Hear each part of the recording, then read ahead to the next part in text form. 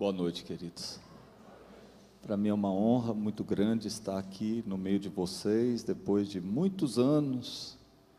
Eu acompanhei bem no início, bem nos primórdios, quando um grupo de jovens foi expulso da Igreja Católica naquela época, e nós fazíamos um revezamento lá em Uberlândia, para poder estar sempre nos finais de semana ministrando com esse grupo, e esse grupo foi crescendo, e esse grupo foi se expandindo, e hoje esse povo lindo que foi conquistado pelo Senhor Jesus, graças a Deus. Para mim é uma honra, um privilégio muito grande estar aqui depois de tantos anos ministrando nesse púlpito.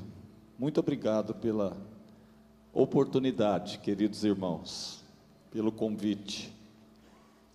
Nós estivemos ministrando sobre a segunda vinda do nosso Senhor Jesus Cristo. E hoje de manhã, nós tentamos complementar o assunto, falando sobre o propósito da primeira e da segunda vinda de Cristo. E não terminamos, mas eu queria destrinchar um pouco sobre o propósito, por que Jesus veio a primeira vez, por que a sua vinda foi dividida em duas vezes. Mas antes disso, Deus colocou uma palavra no meu coração: o que vai te livrar do que está para vir, o que vai te livrar do que já está acontecendo, que está esfriando. A Bíblia diz que por se multiplicar a iniquidade, o amor se esfriará de muitos, de quase todos, segundo algumas traduções. Mas o que vai te livrar é a paixão que você mantém pelo Senhor Jesus Cristo. O espírito e a noiva, o espírito da noiva, o espírito apaixonado da noiva, vai te livrar do que está para vir, do que já está acontecendo, dessa proliferação da iniquidade. A palavra iniquidade significa anomia, significa a legalização daquilo que é erro, daquilo que é abominável por Deus. Por exemplo, estão já tentando legalizar o aborto, estão tentando regularizar o casamento homossexual. E se você, de alguma forma, é contra, você é tido como fascista, você é tido como homofóbico, você experimenta todo tipo de discriminação nos dias atuais. Nós já estamos vivenciando isso. Nós já estamos vivenciando a multiplicação da iniquidade de tal forma que crianças têm sido erotizadas nas nossas escolas públicas. Hoje, muitos pais não têm nem conhecimento do bombardeio, da pressão que as nossas crianças, nossos jovens, nossos adolescentes estão experimentando nos dias de hoje. Já há uma multiplicação da iniquidade que está esfriando o povo de Deus. O que vai te manter, o que vai te sustentar, o que vai te segurar, é se você manter a paixão pelo nosso Senhor Jesus Cristo. O primeiro dos mandamentos qual é? Amarás o Senhor teu Deus de todo o teu coração, com toda a tua alma, com todo o seu entendimento, com toda a extravagância do seu ser, com toda a intensidade possível, e até além. Você vê um homem segundo o coração de Deus como Davi, ele dizia o seguinte: eu não darei sono aos meus olhos, nem descansa as minhas pálpebras, enquanto eu não ver Jerusalém como instrumento de louvor na face da terra. Ele está falando, enquanto eu não ver o propósito de Deus sendo cumprido, enquanto eu não ver aquilo que Deus projetou se tornando realidade, eu não vou descansar. Aquele apego, aquela paixão aos propósitos de Deus, foi isso que fez dele o homem segundo o coração de Deus. O que pode te preservar dos dias atuais é essa paixão, amém? Quantos querem se apaixonar por Jesus? Às vezes você não é apaixonado ainda, você tem outras paixões concorrentes com a paixão por Jesus. Mas o que vai te guardar, o que vai te preservar, é quando você estiver queimando interiormente, se derretendo, buscando. Você me buscará e me achará quando você me buscar de todo o seu coração. Serei achado de vós. Então passareis a orar a mim, e eu vos ouvirei. Amém? Muitos falam, Deus me abandonou, Deus se esqueceu de mim, Deus está distante, Deus está longe de mim.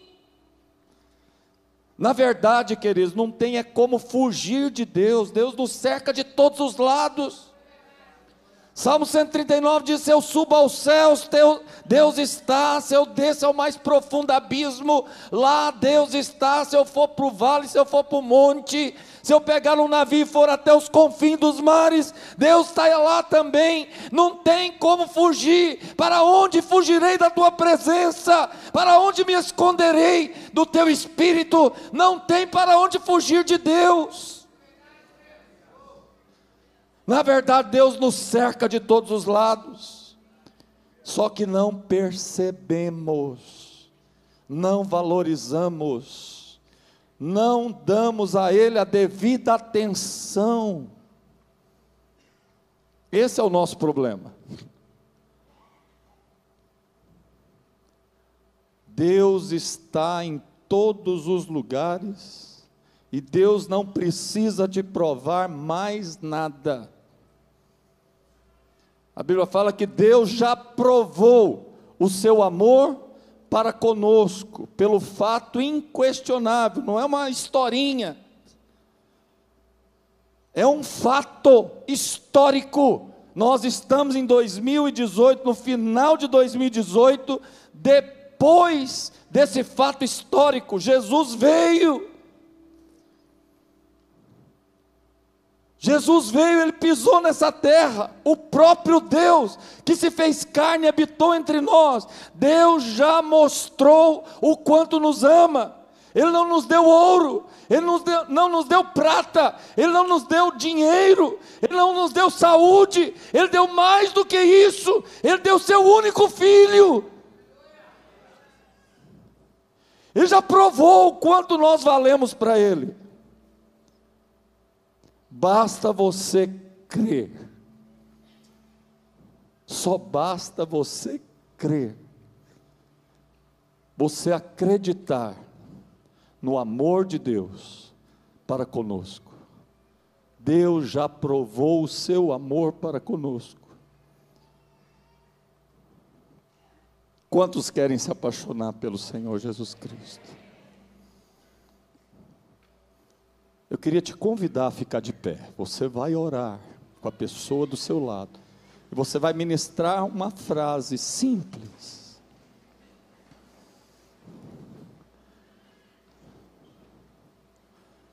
A Bíblia fala assim: nos últimos dias, exortai-vos mutuamente. Amém? Nos últimos dias, orai uns pelos outros. nos últimos dias, você deve animar-se uns aos outros. Você vai dizer para o seu irmão: apaixone-se pelo Senhor Jesus Cristo. Vamos dizer de novo, com mais convicção: apaixone-se pelo Senhor Jesus Cristo. Você vai dizer outra frasezinha simples, mas dá um abraço no seu irmão.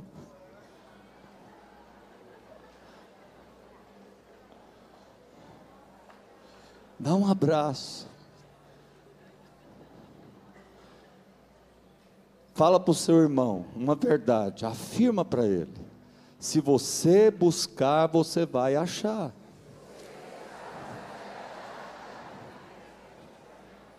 Amém? Aleluia. Aleluia. Aleluia, Jesus. Oh.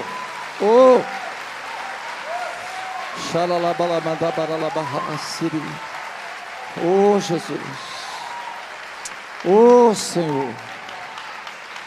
A Bíblia diz: se você não ama seu irmão ao qual vê, como amará a um Deus que você não vê? Saia do seu lugar, dá um abraço, um beijo em pelo menos 5 irmãos.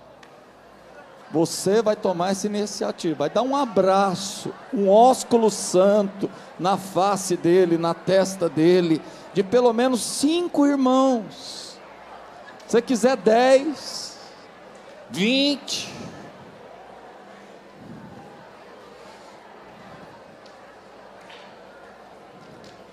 Essa paixão é contagiante. O amor uns aos outros, o desenvolvimento do amor, dessa paixão uns aos outros, é que acende o nosso amor por Deus. Essa paixão uns pelos outros é que acende, é que nos prepara, é que nos guarda, é que nos cerca.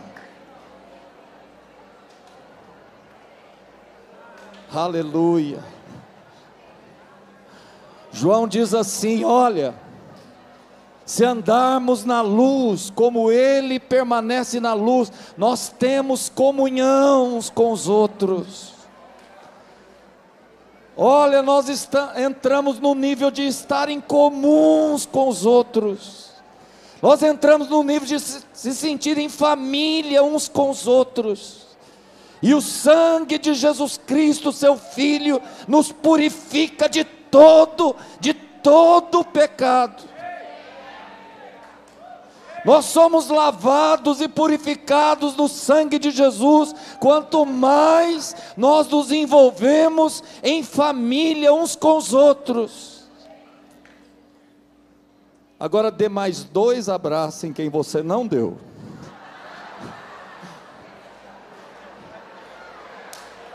Eu sou muito beijoqueiro, é porque eu não posso, eu não tenho tempo.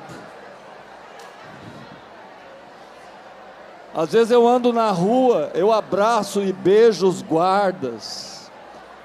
Não é essa a marca do cristão? Não é a marca do seguidor de Jesus, do discípulo? Meus discípulos serão conhecidos pelo amor. Amém? Não é pela formalidade, não é pela eloquência, não é pelo conhecimento, sabedoria, não é pela austeridade. Meus discípulos serão conhecidos pelo amor.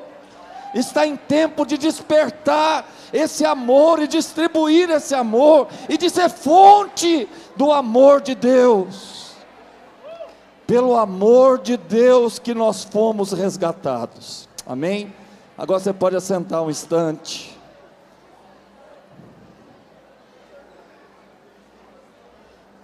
De manhã nós ministramos. Quem estava aqui de manhã?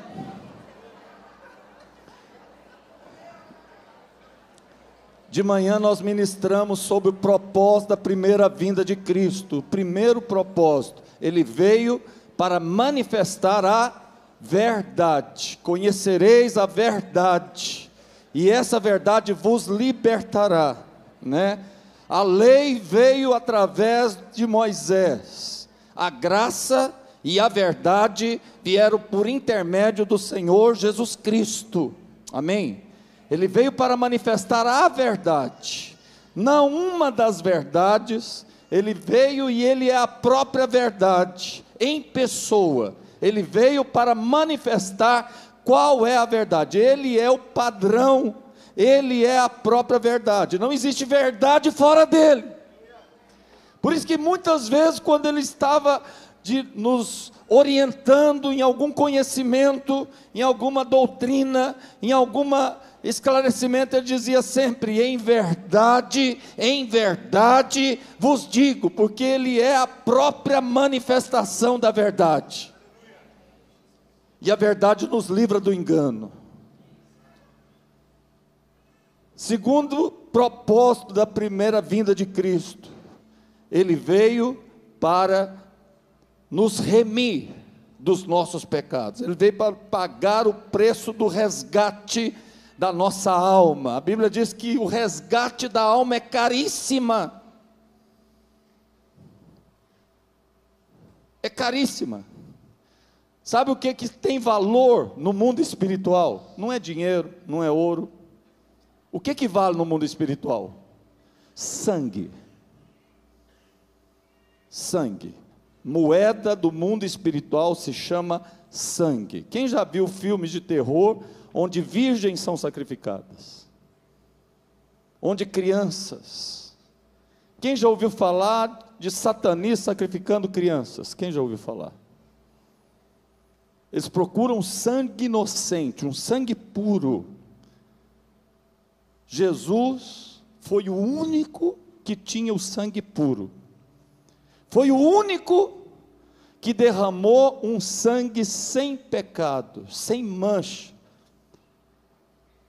Só ele tinha o sangue puro, capaz, suficiente de nos perdoar de todo tipo de pecado, de nos resgatar, de pagar o preço estabelecido pelo próprio Deus.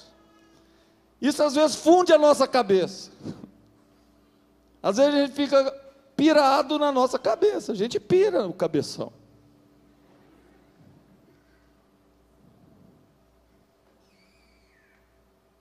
Deus estabeleceu um preço, ninguém conseguiu pagar, Ele mesmo pagou.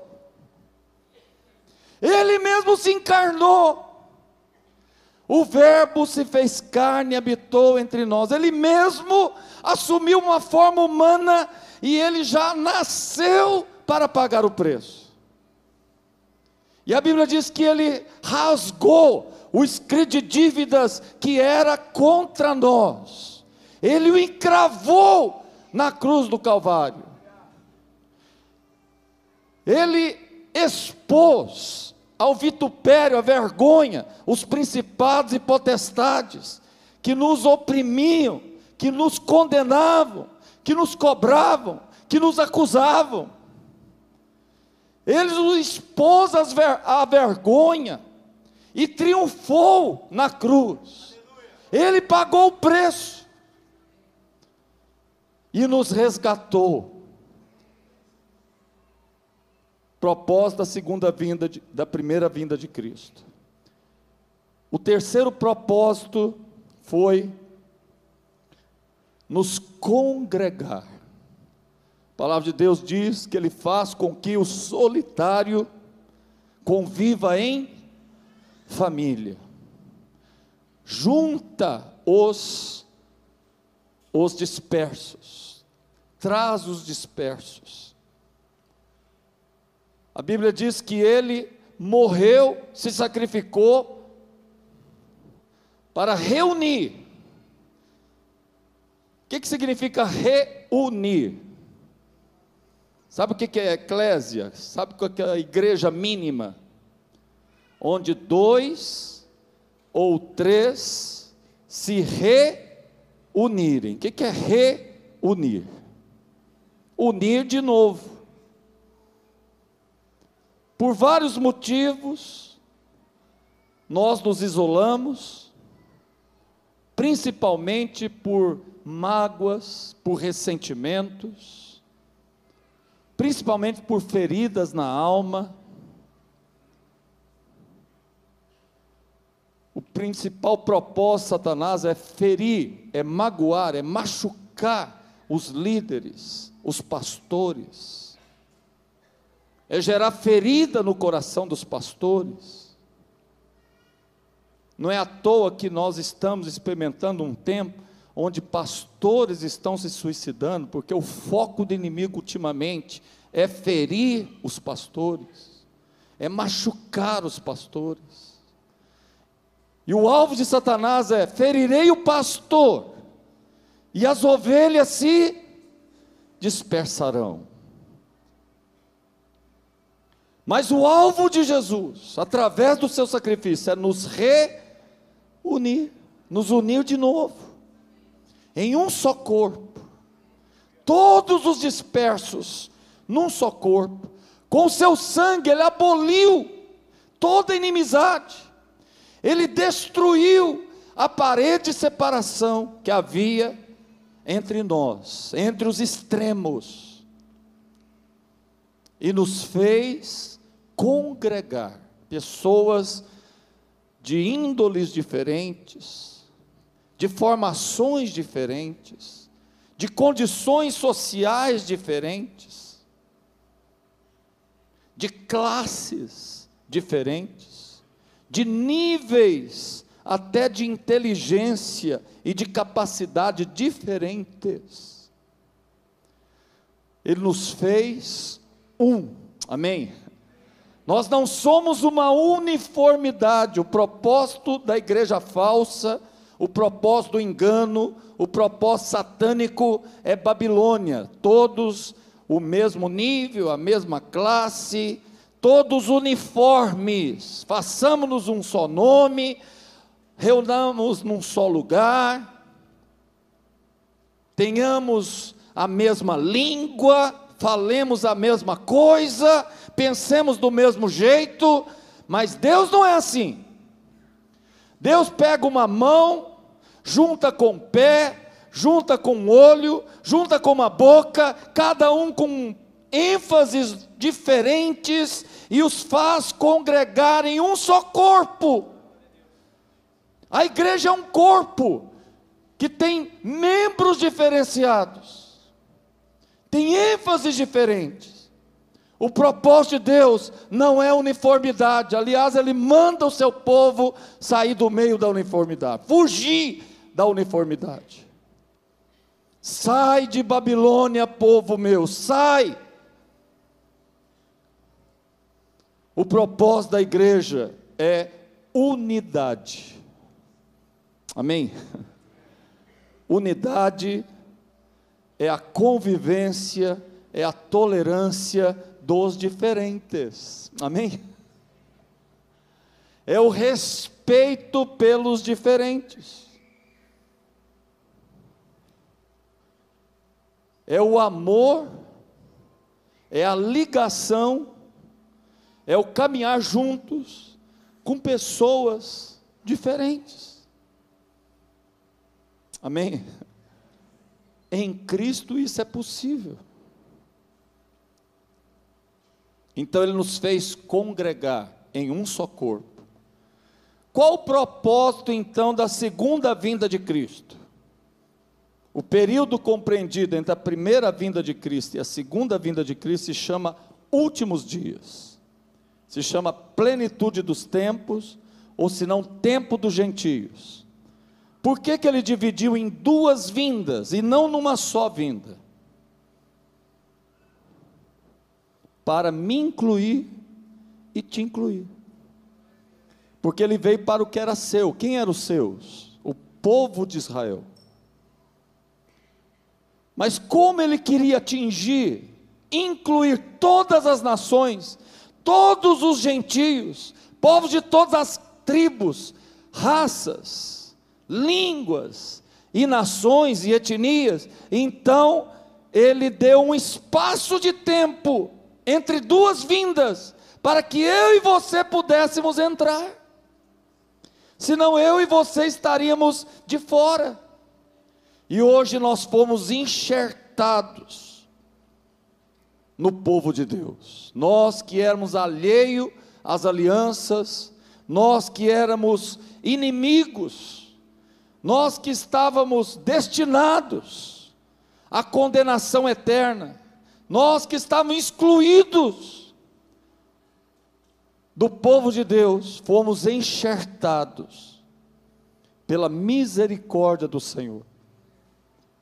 Por isso que Ele dividiu em duas vindas, amém? E esse tempo entre as duas vindas é o tempo onde Ele nos incluiu, ou Ele está nos incluindo. Tanto que a ordem que Ele deu para os discípulos qual foi? Indo, fazei discípulos de todas as nações. Amém?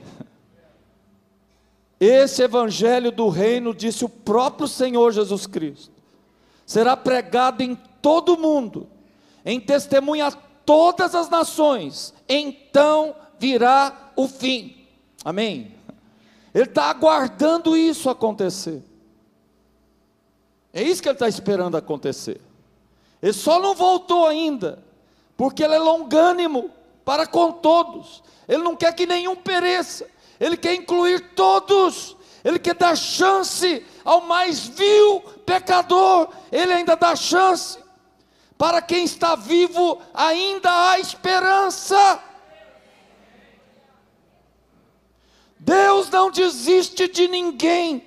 Se está vivo, pode ser o cara mais nojento, a pessoa mais nojenta, mais degradada, mas se está vivo, é porque o Senhor ainda está dando uma chance.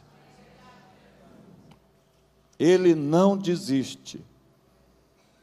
Ele está ainda incluindo. A Bíblia diz que Ele é longânimo para conosco, não querendo que nenhum pereça, amém?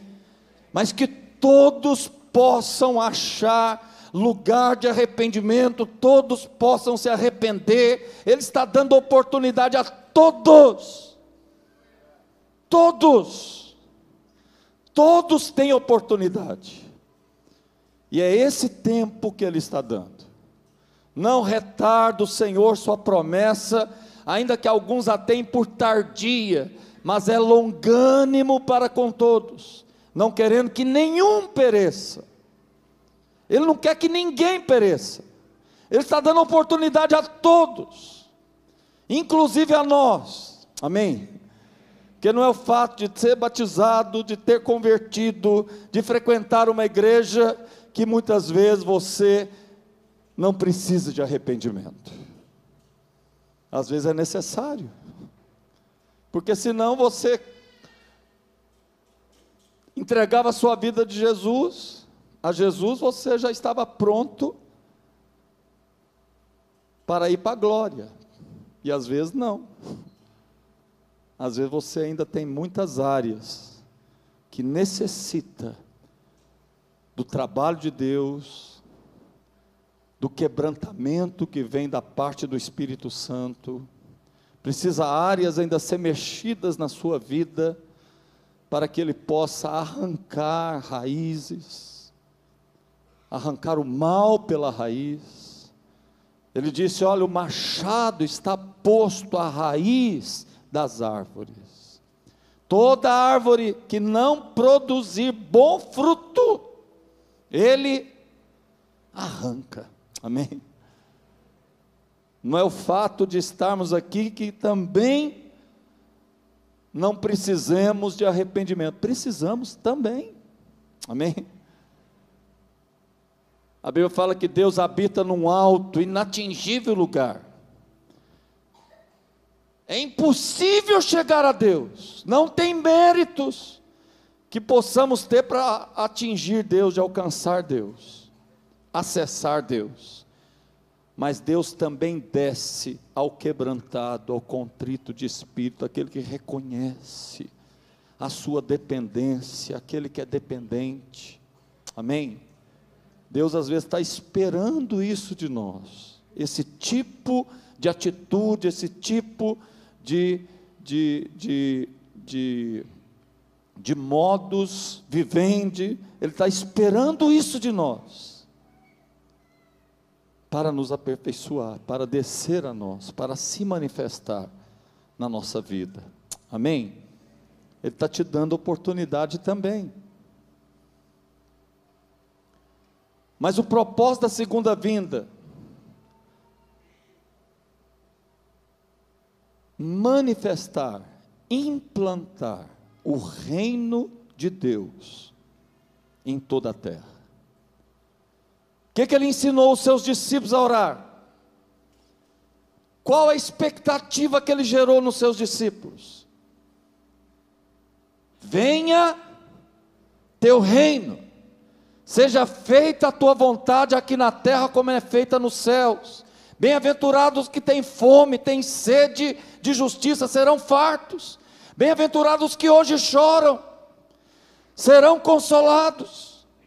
O Senhor vai enxugar dos olhos toda lágrima, não haverá mais morte, não haverá mais dor, não haverá mais doença, não haverá mais praga, não haverá, todas essas coisas são passadas. Ele quis gerar em nós a expectativa da implantação do reino dele. Nós não podemos nos enganar. Amém? Ele quer implantar o reino dele. Na segunda vinda, ele vai vir com seus anjos, ele vai vir para implantar, ele vai vir como Rei dos reis, Senhor dos senhores. Ele vem para implantar o reino dele. A primeira coisa que ele vai fazer, ele vai prender o diabo, vai lançar ele no tartarô, lá no calabouço do inferno, ele vai ficar preso e ele vai reinar. Amém? Ele vai estabelecer o seu reino. Ele vem para reinar.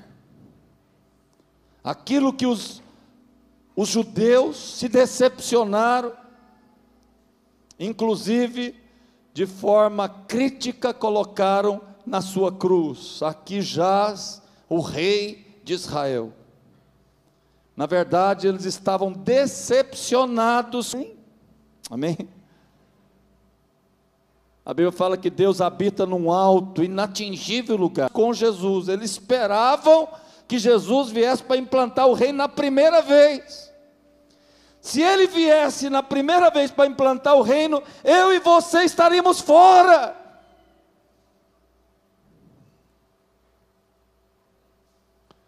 Mas ele nos deu a oportunidade. Ele deixou isso para a segunda vez. Amém, queridos? E ele vai vir para implantar o reino dele.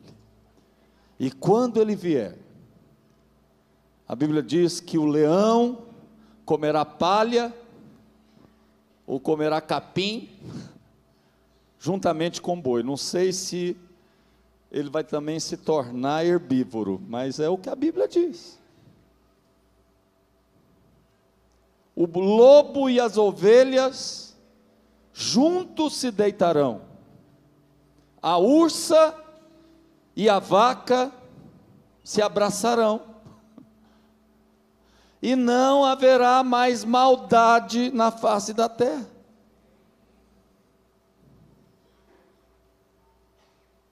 Ele vem para implantar o seu reino. Ele vai destruir todo tipo de conflito, de maldade. Toda expressão de maldade ele vai erradicar, toda corrupção ele vai erradicar, toda injustiça ele vai arrancar da terra. Amém? Ele vem para implantar o reino dele e o sistema dele. Bom, essa não era a palavra. Conseguiu pôr a palavra de hoje? Conseguiu? Conseguiu? Então vamos lá. Vamos ver qual é a maior preocupação de Jesus quanto à sua vinda. Pode colocar: engano. A principal preocupação do nosso Senhor Jesus Cristo, quando os discípulos o procuram, lá no Monte das Oliveiras, Jesus está lá sentado, seus discípulos o procuram à parte, perguntam para ele duas perguntas: dize-nos, quando serão essas coisas que o Senhor está falando aí? E que sinal haverá da tua vinda e do fim do mundo? Jesus não estava preocupado com os detalhes da sua segunda vinda, nem com a sequência de fatos, mas ele estava preocupado com o engano. É isso que preocupava Jesus, o engano. As pessoas nos últimos dias seriam facilmente enganadas. Essa é que é a preocupação de Jesus quanto aos seus discípulos. Engano significa artifício arquitetado que encaminha para o erro. É uma artimanha, é algo muito bem estruturado, arquitetado, bolado por Satanás, para nos conduzir a coisas erradas, achando que estamos certos. Também é burla, logro, insídia, gerar ilusões e fantasias que conduzem a caminhos condenados e a posturas equivocadas. Às vezes é fácil cair no engano. O que te livra do engano? Envolvimento com o Senhor Jesus Cristo. Quando Jesus, nos últimos dias, ele diz que vai vir, alguns vão se aproximar dele, e ele vai dizer: não vos conheço, não tive intimidade com vocês, não tive qualquer relacionamento com vocês, apartai-vos de mim.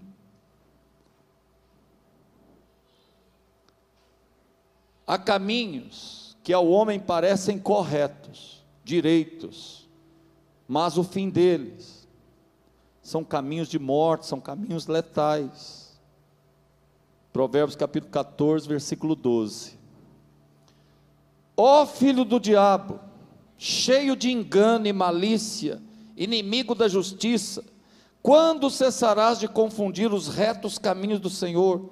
Atos 13, quando Paulo está pregando ao procônsul Lísias, e ali tinha um feiticeiro, tinha alguém querendo demover da fé aquele homem que estava se inclinando a ouvir a palavra de Deus. Então Paulo determina que ele fique cego, e ele fica cego.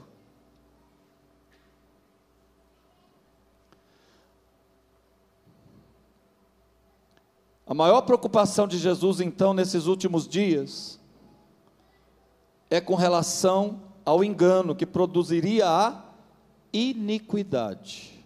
Iniquidade é resultado, é consequência do engano.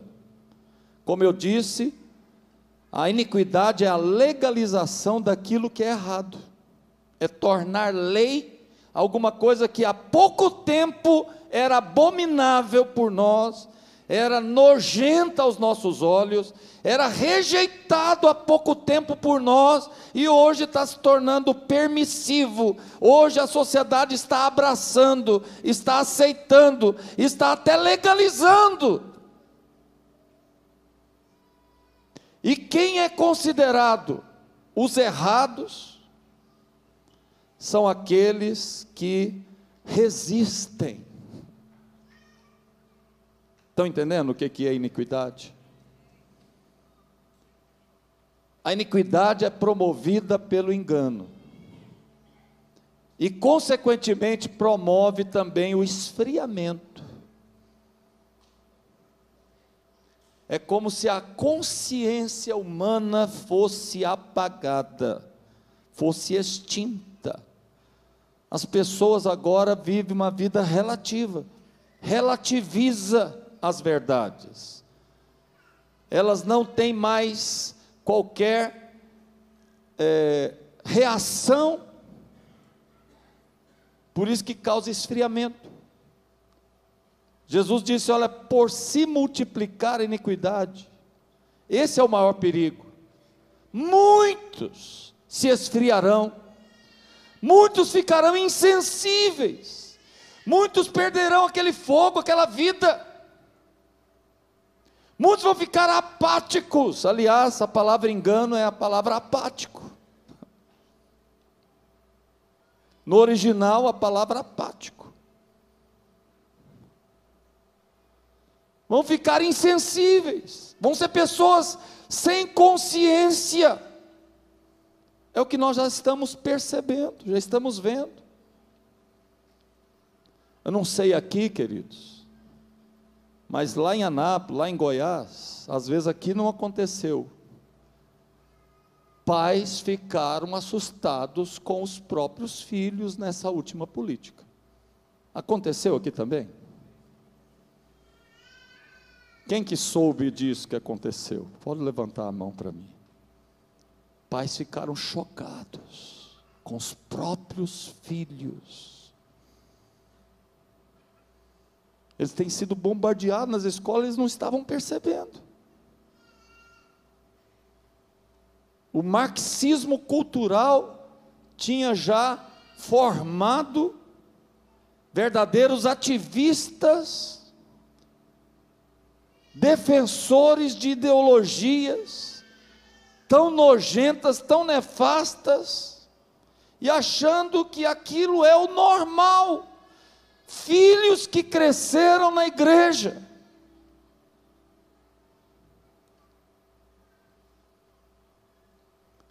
mas que têm ou tiveram a coragem de enfrentar os próprios pais. Jesus disse que chegaria um tempo onde filhos matariam os próprios pais. Parece uma coisa assim, absurda. Sabe o que é que aconteceu no comunismo?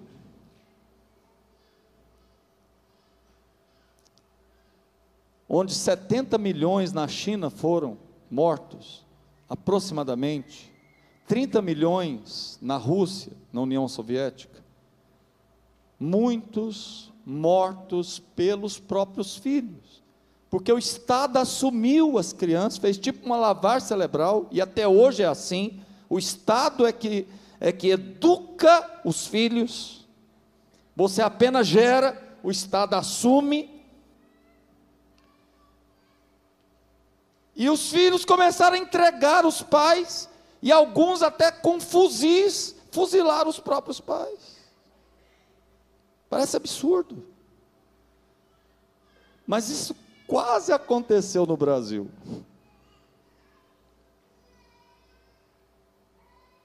E eu já ouvi jovens nas redes sociais, talvez vocês já ouviram isso, que tinha vontade de esganar o próprio pai, que não acreditava que o pai tinha aquelas posturas tão arcaicas.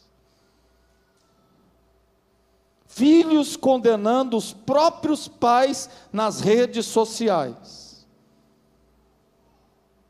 É o que mais nós vimos hoje, esses dias. Isso é a multiplicação da iniquidade.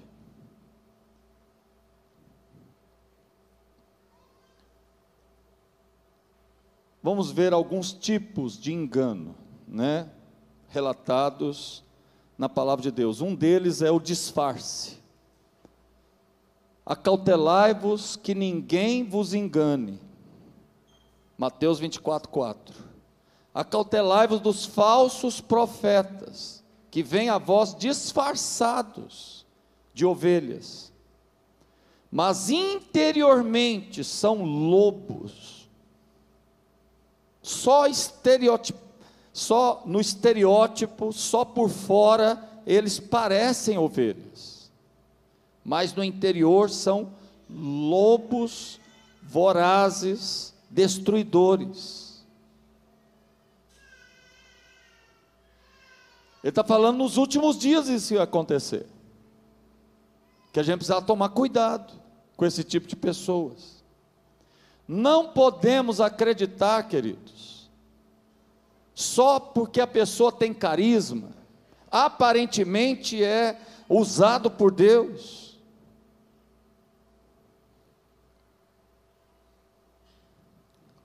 O Antônio estava me relatando aqui, eu não vou citar o santo, mas vou citar o milagre invertido. Uma pessoa saiu de um meio onde ela era coberta, acompanhada, discipulada, foi para um outro lugar, e de repente, aquele casal que já estava em crise, de repente o marido descobre que a mulher estava envolvido com o próprio pastor daquele segmento. E o que aconteceu? Ele se suicidou.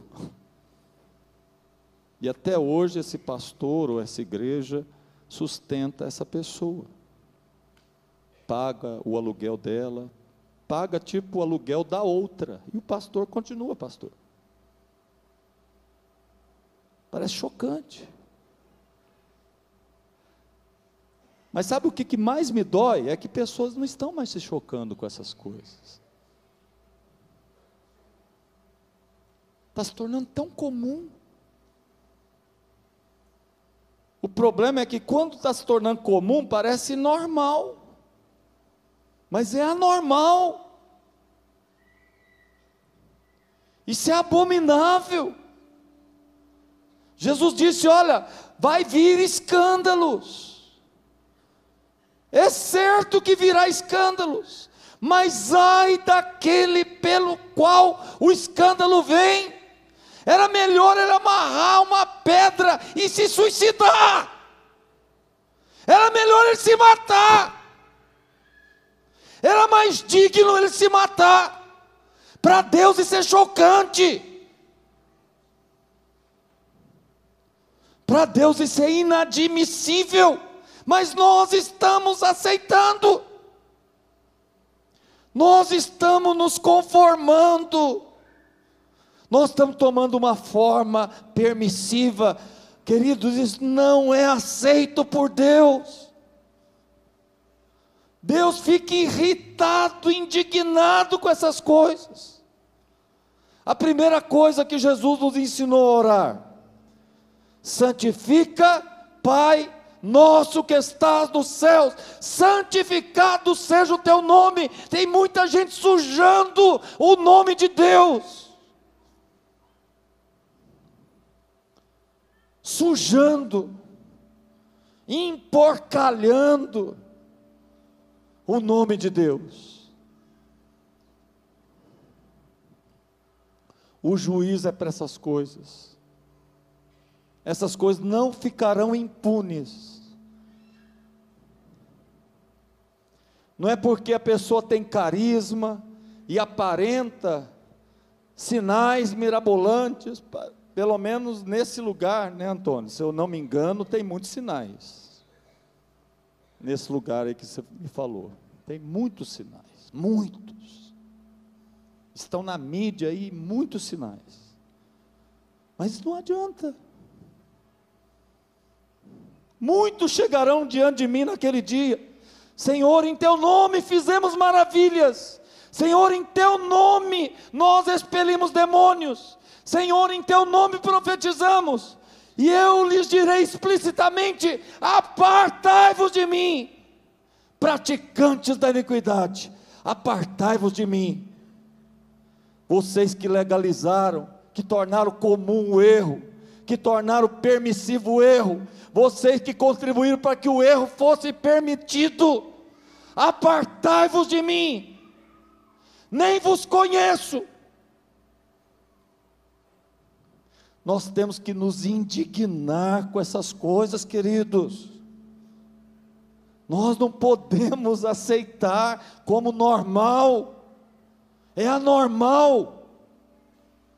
Aos olhos de Deus isso é nojento, é animalesco.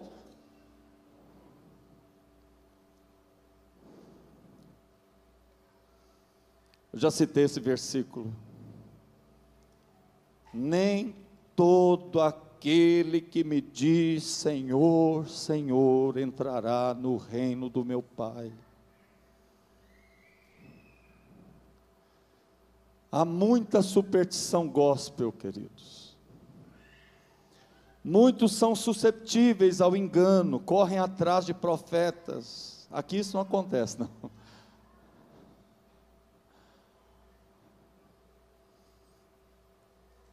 Eu me lembro quando eu converti, eu não tinha muito entendimento, então eu ia nessas casas de profetisas. Eu não vou pedir para levantar a mão, porque eu não quero que vocês passem vergonha como eu. Mas a gente ia, e a gente ouvia a mesma profecia. A profecia era a seguinte, tanto numa casa quanto na outra, parece que elas até combinavam. Em breve o Senhor vai balançar a figueira, e os frutos podres vão cair. Não precisa levantar a mão,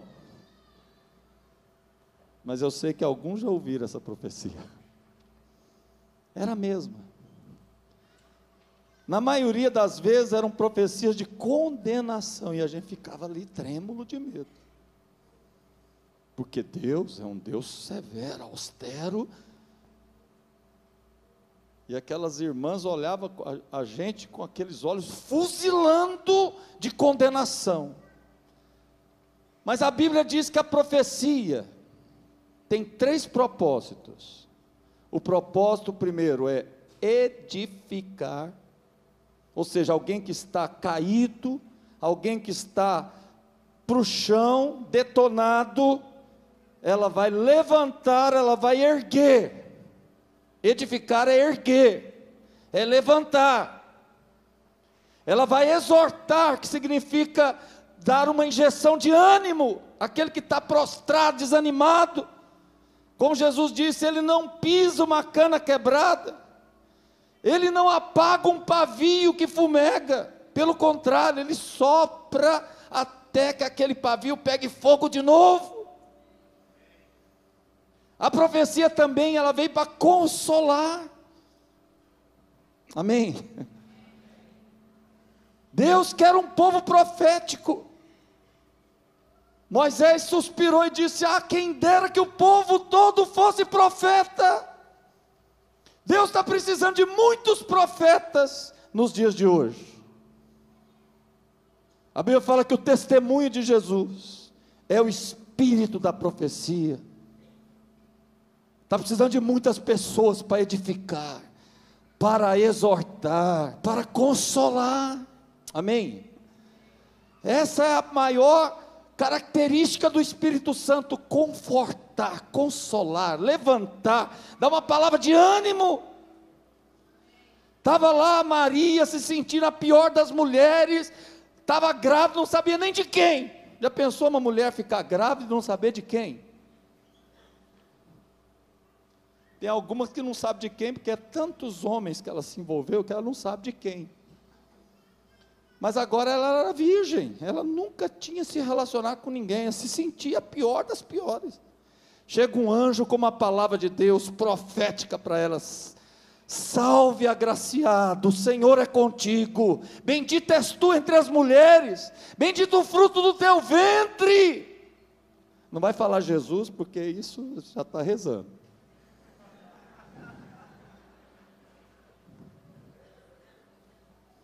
Alguns lembram muito dessas frases, porque já rezaram muito isso.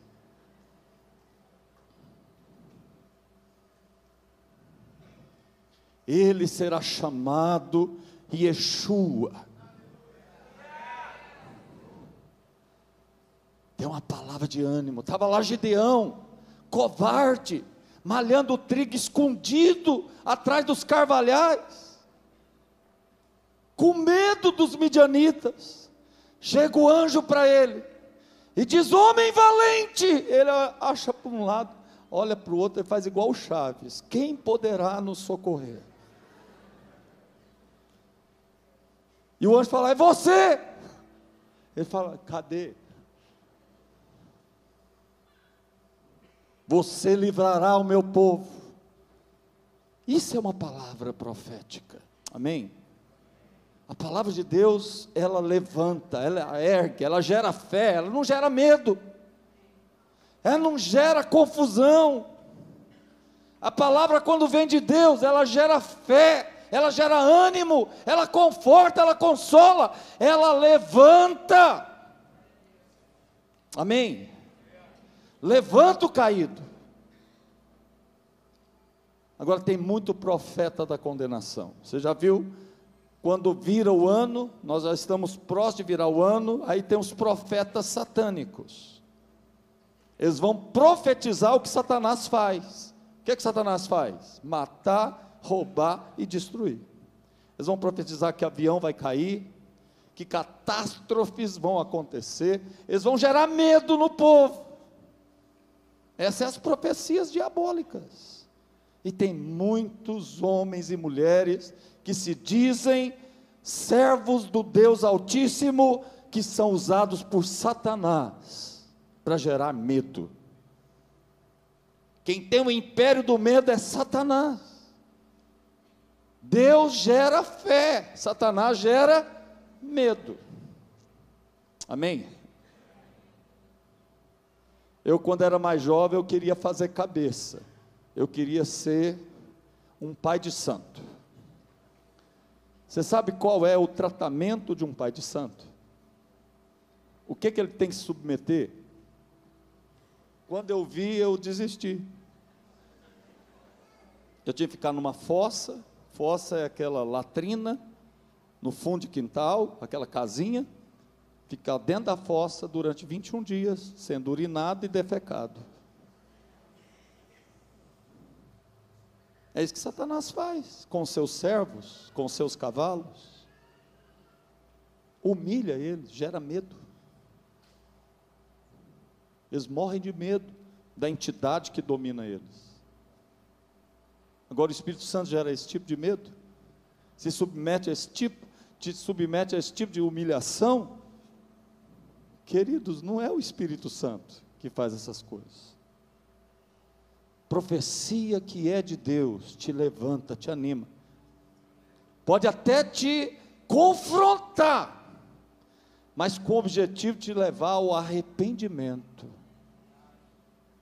Amém? É para arrependimento. Mas tem muita gente procurando profetas por aí, se expondo ao engano. Um senhor empresário da nossa igreja, muito esotérico, novo convertido, e começou a ouvir esses tipos de profecia. Resultado, ele que tinha uma condição assim muito elevada, vendeu tudo que tinha, porque por uma profecia ele tinha que ir para os Estados Unidos, abrir um escritório lá, que a companhia dele ia bombar, e realmente bombou, explodiu, e sumiu, ao ponto de nós ter que fazer uma vaquinha para trazê-lo de volta, na miséria, e fazer cestas básicas para ele, aquele homem que tinha uma condição lá em cima, mas que nunca conferiu conosco. Quer dizer, participamos da desventura. Pela misericórdia, nós o trouxemos de volta. A Bíblia diz que esses que dão ouvidos a esse tipo de profecia são como crianças.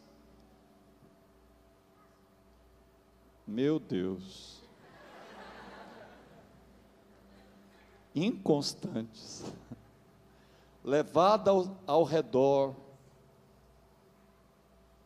não sai do lugar, eles só ficam rodeando, levados ao redor por todo engano, por todo vento de doutrina.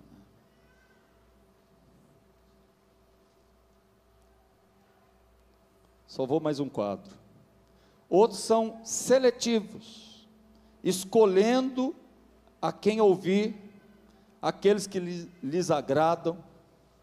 A Bíblia diz que nos últimos dias as pessoas se cercariam de mestres segundo as suas próprias paixões, de acordo com quem falasse o que interessasse para eles ouvir.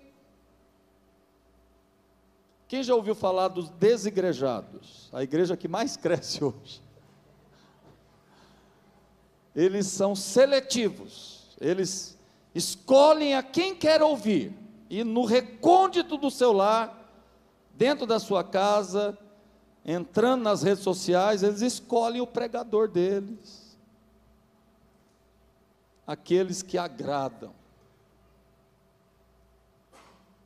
Chegamos a esse cúmulo nos dias atuais, de engano. Virão tempos em que não suportarão a verdade, mas incomodar, selecionarão para si doutores, conforme suas próprias preferências, e se desviarão da verdade, dando ouvidos a coisas fabulosas, histórias mirabolantes, mas que não os confronta, amém? Que não leva ao arrependimento, ao quebrantamento. Tem que fugir desses. Tem pessoas que não conferem, e nem são dispostas, nem são submissas para conferir.